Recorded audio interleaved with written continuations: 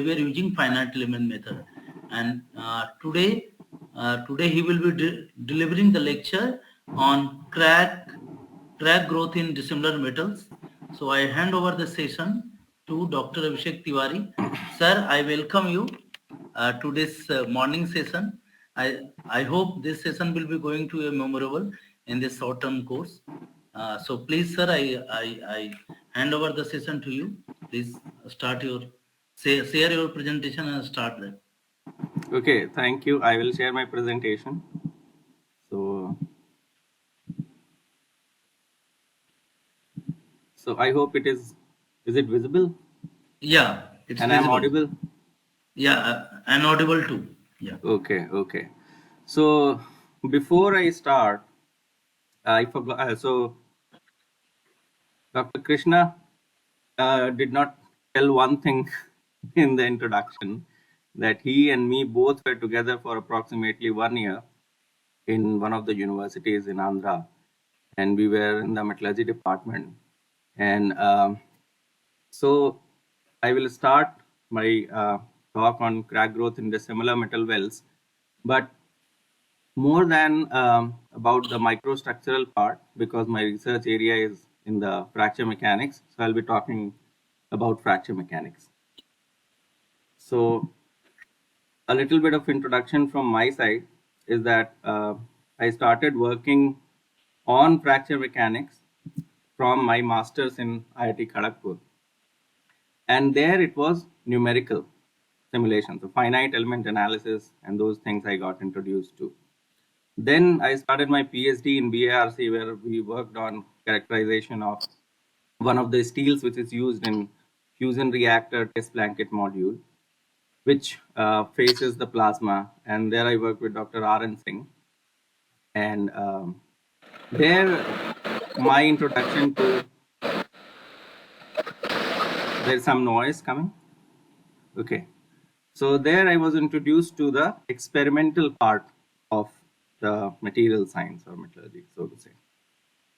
And then in my postdoc, I worked on configurational force method, which was kind of theoretical. So I was very thankful to the path which I have followed, where I learned about experimental, numerical, as well as theoretical concepts and their importance in understanding any physical phenomena. So this is the campus of IIT Roper, and it really looks like this. There is no photoshopping here. And we have this screw kind of structure, a big structure in the campus, which tells about the three visions of IIT and how you proceed in your path, in your career, in your life up. And this is the building, which is shared by mechanical department and metallurgy department both. And very soon we will be shifting to a fancier building, hopefully very soon. And some of the research areas which my lab is working on is related to the creep fatigue crack growth and dissimilar metal wells. And we are also working on the area of disc bends, so miniature testing, and we are also working in the areas of bones as well. So in my lab, there are these candidates. So Mr. Avnish Mishra, who is doing his PhD, he is working on creep crack growth in SS316 steel. And Mr. Rohit Upadhyay, he is working with dissimilar metal welds and cracks. And Suraj Bhan was a BTech student. He worked, and we made a new kind of machine which is used for after post knee surgery rehabilitation. And this machine is patented. Then there were two interns, Shubham Kumar Roy and Indrajit Ghosh. They worked on the theoretical calculation of fracture mechanics parameters under creep and dissimilar metal wells. Kirti is a master's student. She is working on design of dental implants. And we have another BTech student. So one is making structural integrity app, which we succeed, then we'll share it with you also. So you can calculate using that app how much is the critical crack length, and if the amount of crack is given by you for a material, then the app will tell you that your structure is safe or not and for how long it will be safe. We are also making a machine where the viscoelastic properties of polymers will be tested. There is another PhD student from Institute for Plasma Research who is working on type 4 cracking in dissimilar metal wells. And with that, we come to the physics of cracks. So imagine that you have a homogeneous material, and in that homogeneous material, you have a crack. So homogeneous meaning this material has same kind of mechanical response, so same elastic modulus and stress strain curve throughout the specimen. So if you take a piece out, you will get the same property everywhere. If that is the situation, and then you assume that the force field is conservative field, and I'll tell you what is the meaning of that in the next slide. So if it is a conservative field, and then you take a line integral, it says that how much energy is coming in and going out. So conservation of energy will take place, and therefore the value of this, if there is no source or sink of energy inside this line integral, the value of that line integral will be 0. But if you have a source or sink of energy, then the value will not be 0, and that will be uniquely defining that source or sink of energy. So if you have a crack in the system, then you have a singularity, then you have a source of energy, and therefore you will have a finite value of this line integral, and it will not be 0. And the property is that if you take one line integral along this blue line and another line integral along this green line, and you take as many possible contours you want, you will always get the same value because there is same singularity which should be uniquely defined by that. Using this concept, James Rice defined this integral, which is known today as J integral. And this defines the behavior of the crack, but there are certain assumptions here. So first is that it has to be a conservative field, and in order to keep it conservative, we will have to do something about it, which we will explain. So if you look at this line integral, the first term W is the strain energy density, and then these are coordinate systems. So dy, you have to go in y direction, and then minus traction vector, del u by del x is the displacement gradient, and ds is a very small element which you can see on this contour. So with this understanding of J integral, if we come and try to understand the space of stress and strain in a homogeneous material. So in order to make it conservative, we have to make sure that for every value of strain, you always get same value or one value of stress. So that means strain has to be defined as a function of stress only and vice versa. If that is true, then it is a conservative field. And then you go from A to B, you capture some value of the J integral with that formula. And then you come back from B to A. And if you count the total thing, it will be 0 because there is nothing inside this contour. And then you go from A to B and B to A. The integration will be path 1. So from A to B, and then path 2, which is B to A, f dot dr, and the value of that will be 0. And here you see that for every value of stress, you always get one value of strain as long as you follow along this red curve, while going ahead also and while coming back also. So but that usually doesn't happen. So if your material is elastic plastic and you decrease the stress, that means you unload it, it will not follow the same path. So in order to make that happen, the assumption was that the material has to be behaving elastically. So whatever path it is taking to store energy in the form of elastic energy, the same path it has to follow while unloading. And under these assumptions, the integral works well.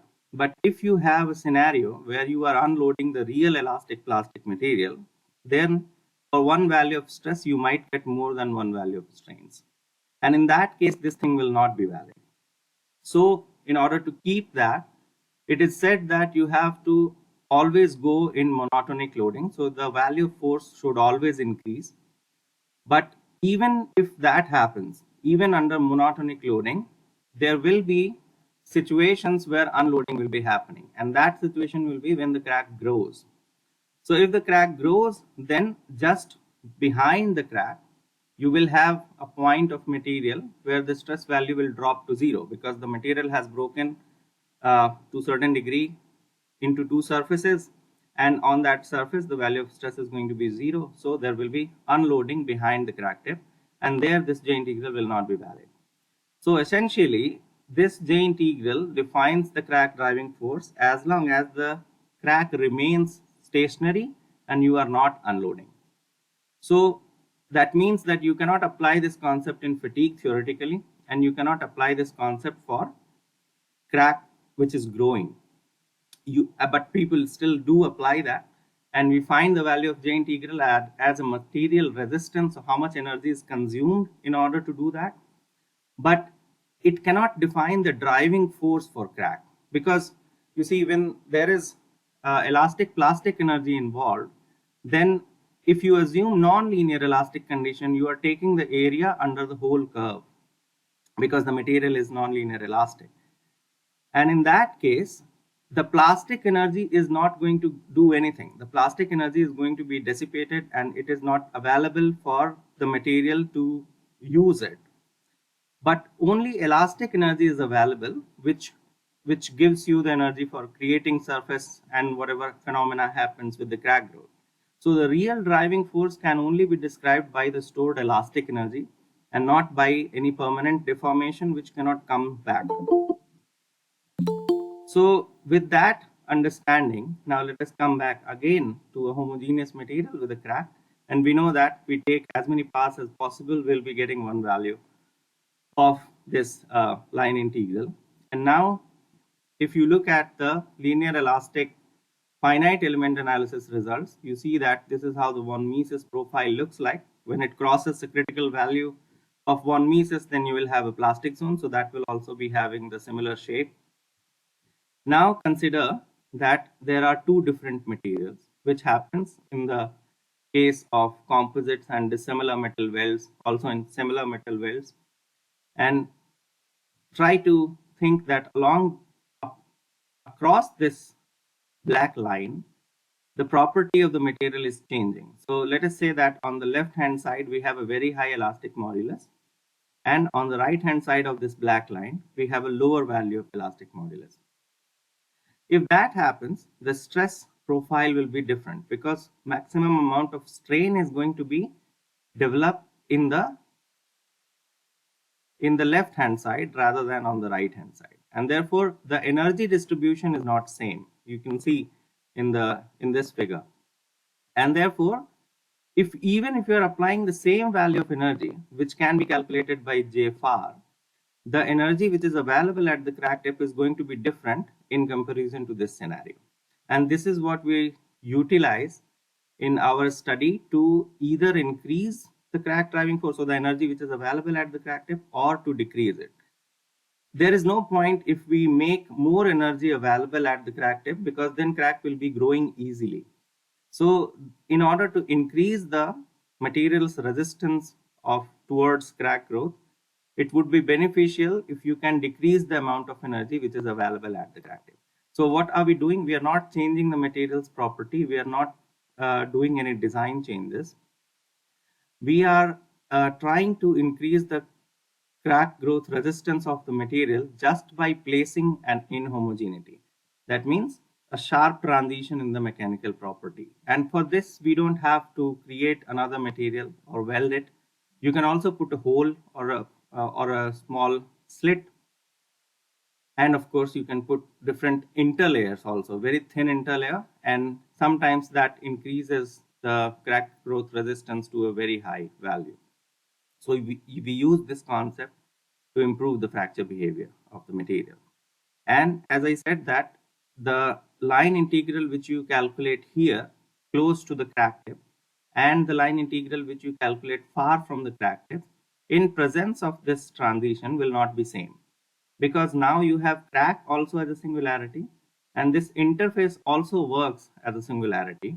That means an inhomogeneity. And the difference in comparison to the homogeneous case, where the value of line integral at the tip and the far would have been same, now you will have an extra term which will be defining the difference between this green line integral and the blue line integral, and that we call the material inhomogeneity term. And let us have a look at a very simple calculation on some hypothetical materials. So the matrix material represents a brittle polymer, polypropylene polymer, which has very low elastic modulus in comparison to metallic materials such as aluminum. So 4.4 gigapascal, and you can see the other properties. So yield strength is 20. So these are very soft materials. Still, I'm calling it brittle matrix because in comparison to the interlayer, which has been put there for just to understand what will happen if you put a softer interlayer. And in that case, we calculate the ratio between what you get at the tip of the line integral and what you get at the far field. So J tip by J far. And you see that if the interlayer has an elastic modulus lower than the matrix material, that means you have a hard to soft transition. So here you see that IL1 is one type of interlayer, and that is represented as this blue line, and IL1 is red line, and IL2 is the blue square, and the green diamond is showing the aluminum interlayer. So this is a hypothetical situation which has been just numerically analyzed by making a half symmetric CT specimen and putting the crack tip at different locations, and we find out that what happens to the J integral when the crack tip is closer to the interlayer and when it is inside the interlayer and when it has crossed the interlayer.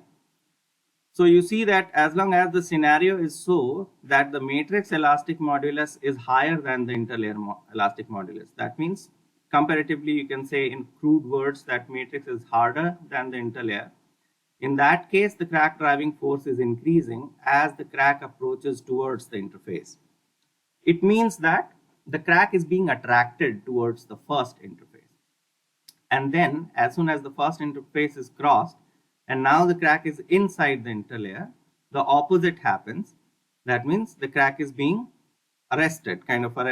And then if somehow the crack can cross the second interface also, then it will again come up to a value of 1.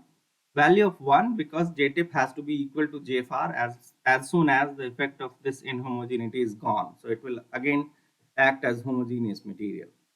So as long as it is hard to soft transition, the crack driving force trend is that it increases as it reaches towards the first interface. And the opposite happens when the matrix mechanical property is smaller than or lower than the interlayer's material property. So you see the green curve, which is for aluminum, and aluminum has an elastic modulus much higher than the matrix. So in that case, the crack driving force drops as the crack approaches towards the first interface.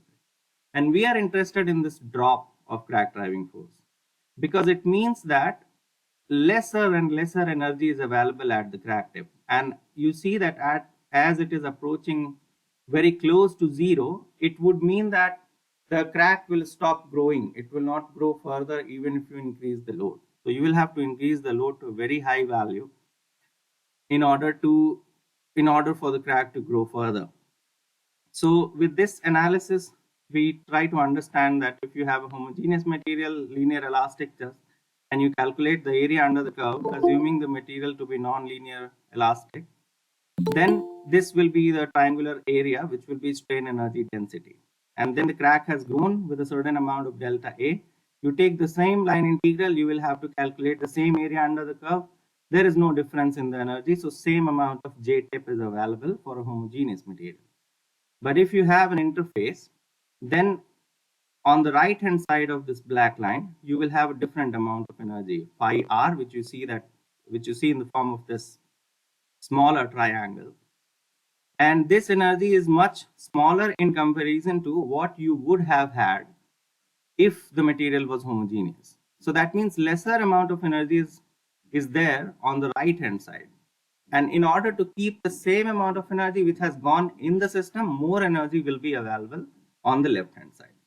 So if you place an interface, then and it is a hard to soft transition, in that case more energy is available on the crack tip. So crack will have a tendency to grow faster, and that's why it will be attracted towards the first interface. And opposite will happen. You can fathom that just by changing this triangular area will be much bigger if you have a higher elastic modulus there on the right hand side of the interface. So now we can do two things. One is that we count the total energy under the curve and assume the material to be non-linear elastic. So that will be Rice's J integral. And the second thing what we can do is we only count the elastic energy, which is there under the stress strain curve, and we can call that J elastic plastic. Although name is misleading kind of here, because we are not counting plastic energy, but still the name is J elastic plastic because we are in reality trying to probe what happens to an elastic plastic materials, because most of the materials are elastic plastic and not nonlinear elastic. And now let us have a look at another similar cousin of this J integral, which is used for time dependent deformation in metallic materials, and the better name for that is creep.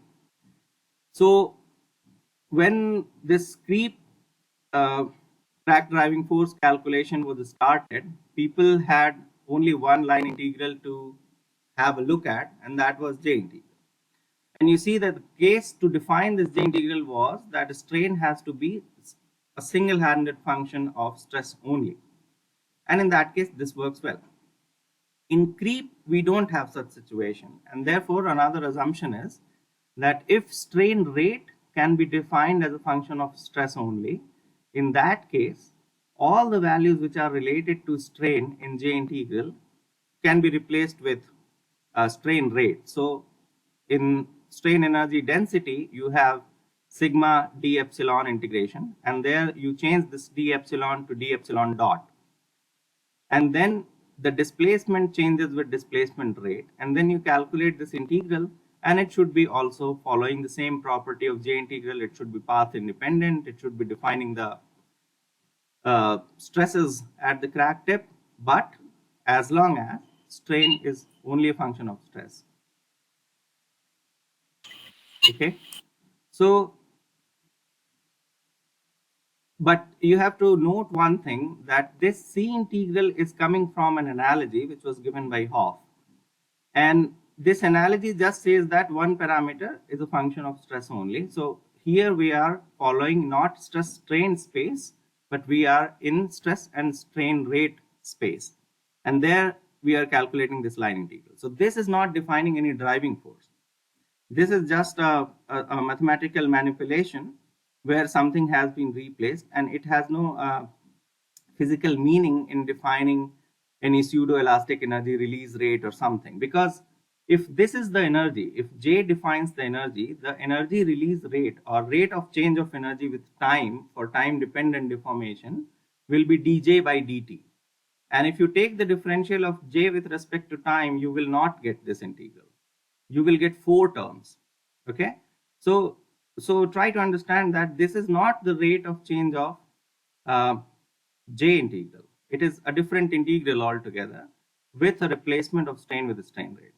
And then it should only work as long as this kind of thing, this kind of relationship is valid. That means it has to be secondary state power law creep. So that means you have to be in the Norton's law zone. And another thing which has to be defined is that the strain rate should be comprising only of creep strain. So if elastic strain is very high, and that happens when the creep zone is very small, in that case also we'll see that this will not happen.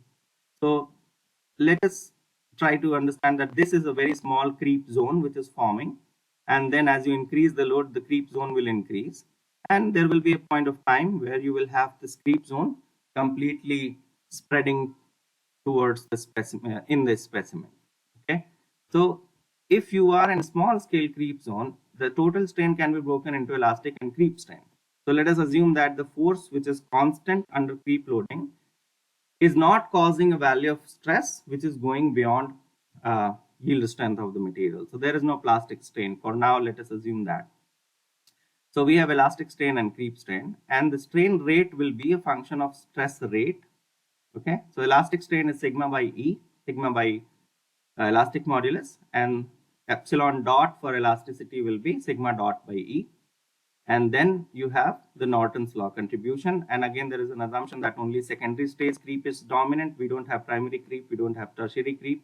That's an assumption. In that case also, strain rate is not just a function of stress, but it is also a function of stress rate. And therefore, C integral will not be valid here in small scale creep. Also not in transient creep. It is only valid when the creep strains are too high, so that elastic strains can be ignored or they are very small. And when that happens, the rate of change of elastic strain can be ignored. And in that case only, it will be a function of stress, and then C integral will be valid. This is what we use when there is creep deformation. And so the questions which we have to ask is whether the crack driving force, what should be the parameter which can really define crack driving force?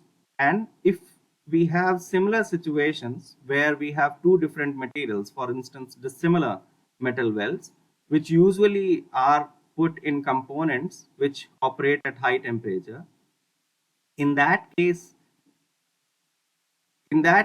will this transition from one material to another material will affect crack or not? And then we have to also think that if that happens, if placing a different material can change the crack driving force, can we use it to increase or improve the material's resistance? So how much time do I have further, Dr. Krishna?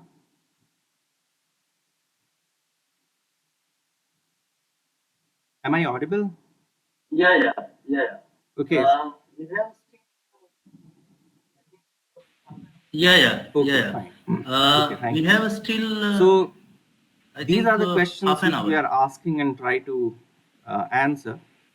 And let us, before we try to do that, before we try to answer those questions, I will just introduce you to this concept of configurational forces in a very simple way. So configurational forces are normal kind of forces. So whenever there is an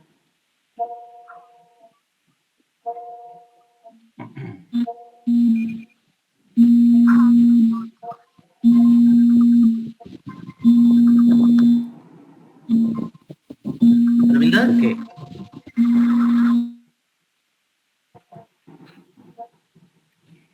Okay. So whenever there is an energy gradient, we know that there is a force. So if energy can be defined by U, then the gradient of energy will be del U by del X, and that will be giving the force which will be appearing because of that energy gradient. That we know from our basic understanding. And we also know that even if there is a force, it doesn't mean that things will move in that direction.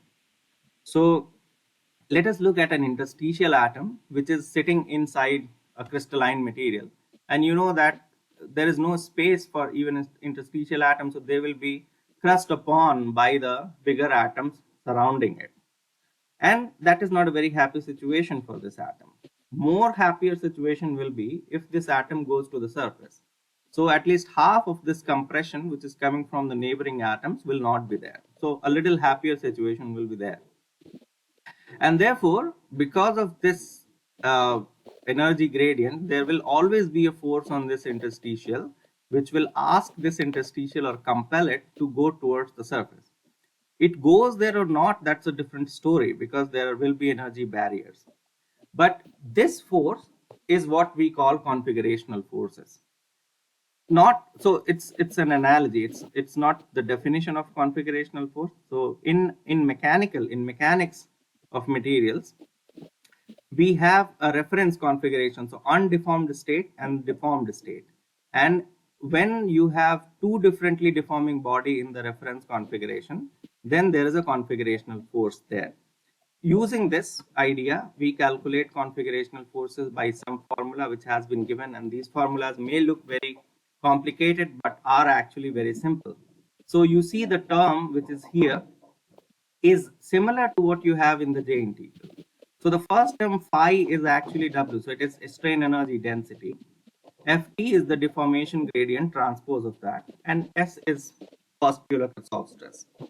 So this is similar to the J integral terms. So you have strain energy density and del U by del X dx, similar to that expression is there. And it is also telling you the same thing, how much amount of energy is coming in and how much amount of energy is stored or dissipated by the material.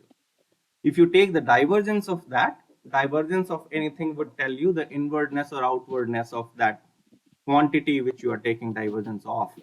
So it means that is there an energy balance or not? So whatever is coming in, if that is going out, there should be no force. If whatever is coming is in not going out, then there is a force, and that force is configurational force, and it has a negative sign. And using this, we calculate with some complicated formula, we calculate at the crack tip, at the surfaces, the value of configurational forces. And this term, which is inside this divergence, is also called as LP energy momentum tensor. If you are interested, you can have a look at that in literature.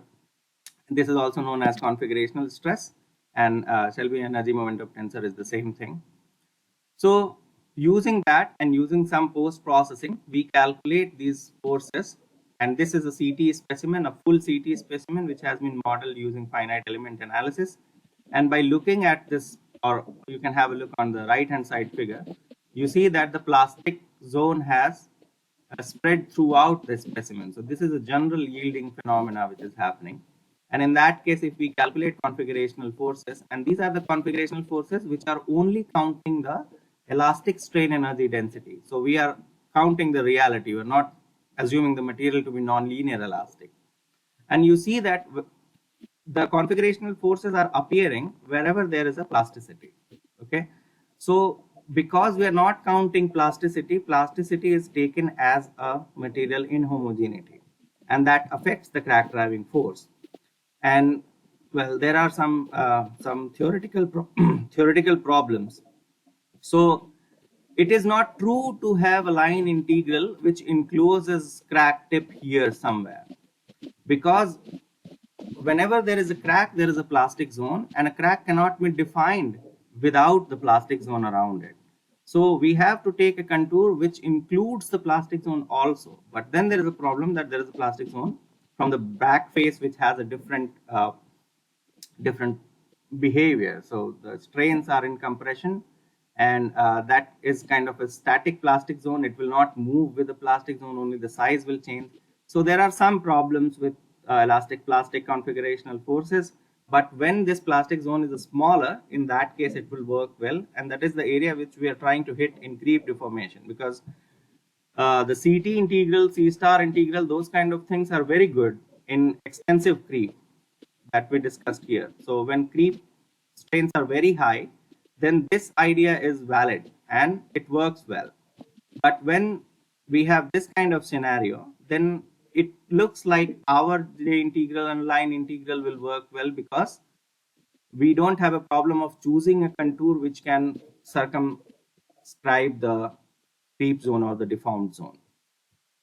So with that, we proceed and we find that, because as I said, if you only count the elastic strain energy, then plasticity will be acting as a material inhomogeneity. And in that case, the J integral will be path dependent.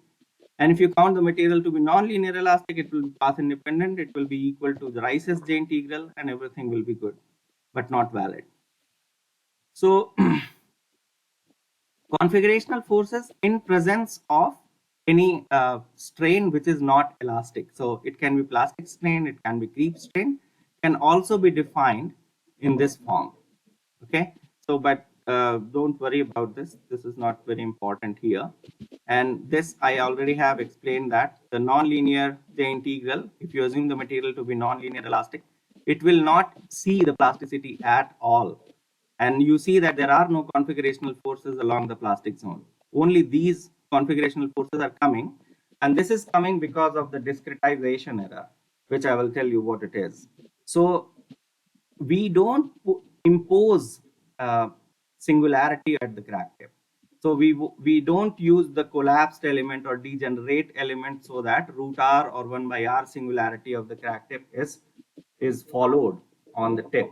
And therefore, this singularity, that means the stress has to be infinite and strain has to be infinite at the crack tip, is distributed in a bigger zone, comparatively bigger zone, in finite element analysis. And because of this spreading of this infinite asymptotic behavior of stress and strain, some configurational forces arise.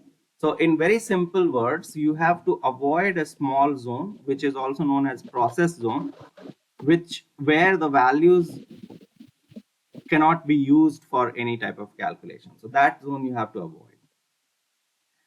So this we have explained what is the physical meaning of J elastic plastic and J non-linear elastic, and the disadvantage of J elastic plastic is that because it sees plasticity also as a as something which is not there, so which affects the crack driving force. So in that case, it becomes path independent. But if you have a plastic zone smaller, you take a contour around it, then everything will be good. So there will be no problem with J elastic plastic there.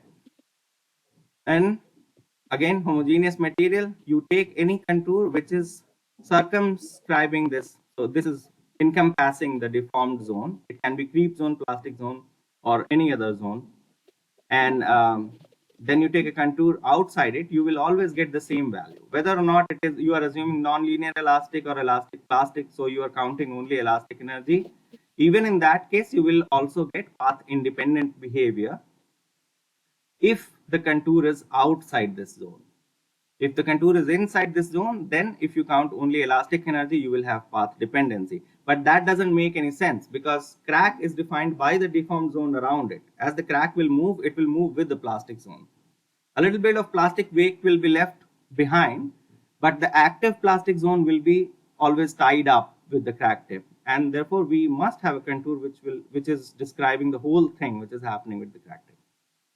And now let us look at some of the applications of dissimilar metal welds and what happens in reality. So this is a schematic of, I don't know how clear this image is, but this is a schematic of the jet engine, and you have a low pressure turbine shaft. So this is a shaft which is going from this turbine, and then there is a high pressure tube zone, and then it is going towards the end where you have low pressure compressor followed by a high pressure compressor. So you see that this shaft is going through many zones which has many different temperature values, and therefore one material will not be able to sustain the higher temperature and higher pressure at one zone and comparatively lower pressure and lower temperature in the other zone. So at the cold ends, you have to have different types of material response, and in the hot zone, you have to have lower amount of thermal expansion so that not so much problem, and creep deformation, not so much problem happens. So one material cannot give all these things which is required by one component of this shaft. So therefore, two different materials are used, and when you are using two different materials, you have to somehow join them, and usually there are welding procedures to join them. So you see this is the shaft, and you have inconel for the hot zone, and then there is AMS 6304, and you have a nickel cadmium plate, and here you have the joint which has been welded here. And when you join these two differently deforming welds on, apart from what will happen to the crack tip, there are already some problems when you are welding it, because the weld pool will not be symmetric when you make the two same material and weld it, because the thermal coefficient is different on different sides, unless you take a material which has very close coefficient of thermal expansion and heat conductivity. So in certain cases, what is done to avoid this changes in coefficient of thermal expansion, a material is used which has a value of coefficient of thermal expansion which is between what you have in this base metal and what you are expecting in the weld pool. So a nickel based alloy is used as a buttering layer, and then this welding is done, and then you see something like this. And you know that in the weld zone, because it is not continuous casting, it is kind of ingot casting, you will have different property even if you are using the same material. Then on left hand side you have a differently deforming material, right hand side you have a differently deforming material, and then you will have heat affected zone which will have different properties. So you will have fine grain heat affected zone, coarse grain heat affected zone, and all these, because of the microstructural properties are changing, you will have different elastic, a little bit different elastic modulus. If you have completely different materials, then there can be a huge change in elastic modulus, and of course there will be change in the plastic behavior as well as creep behavior. So you see that this is going to be used in a high temperature zone. So apart from plasticity, the another important kind of deformation is creep deformation, which will be happening. So In order to understand this complicated scenario, we need to understand systematically that what happens when there is a material transition under creep deformation. And we did some theoretical study.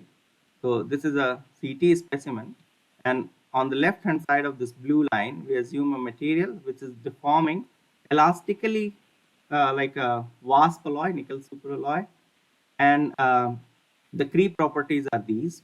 And then we hypothetically put another material which represents the elastic modulus of a steel, but creep property, the coefficient of Norton's power law is same, and the exponent of Norton's power law is a little different. So it means that on the right hand side and left hand side, elastic properties are not changing so much, but creep properties are changing, and we want to see that what happens when this kind of scenario occurs.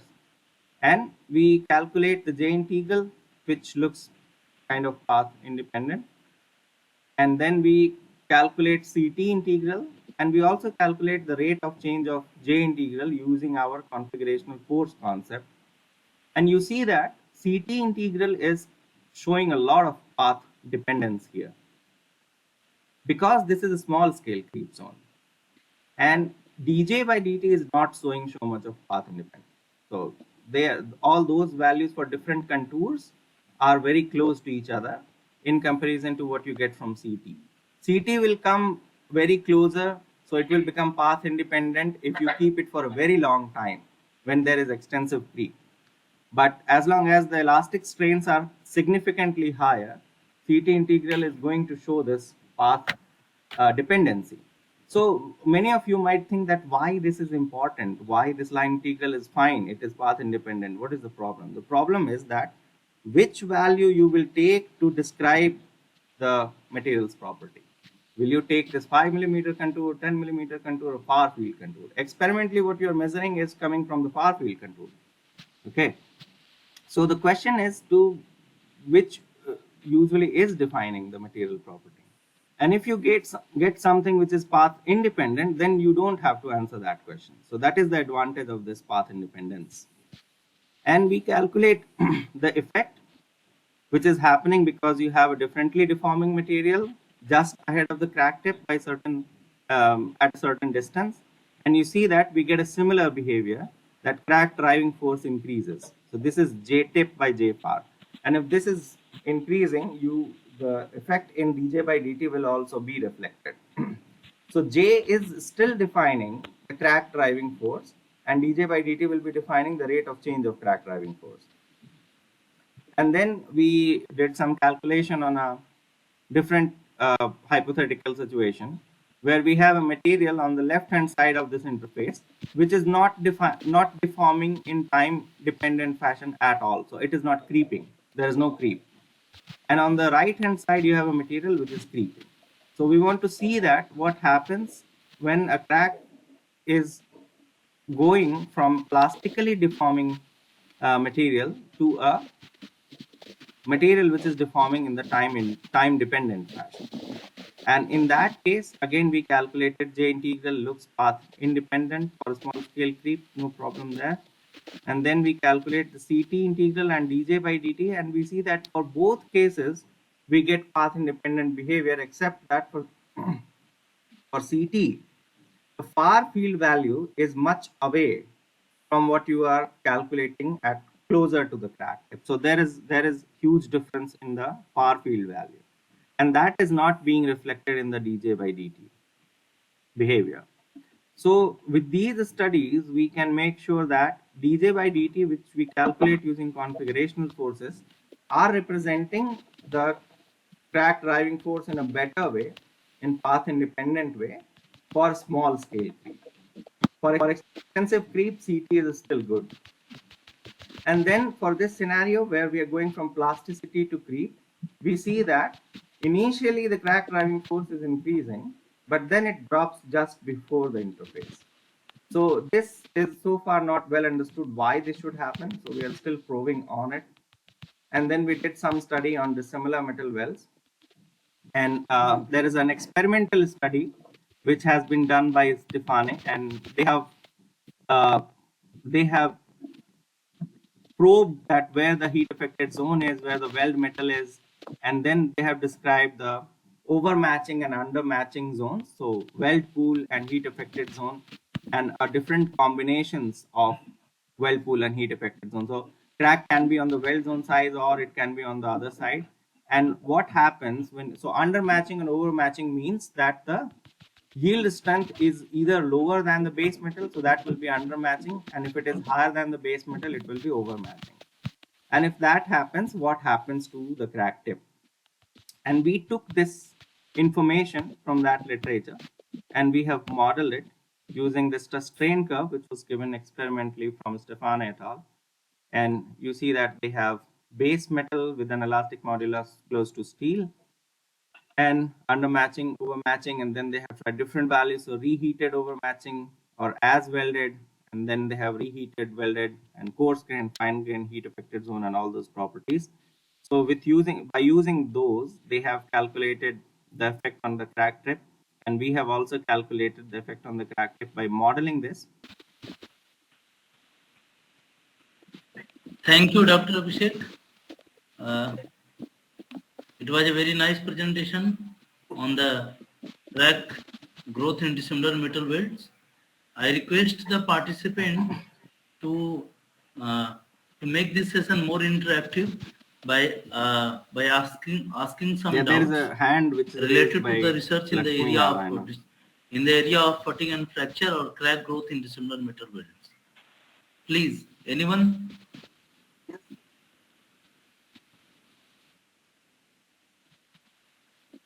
Yeah, Lakshmi Narayan, please.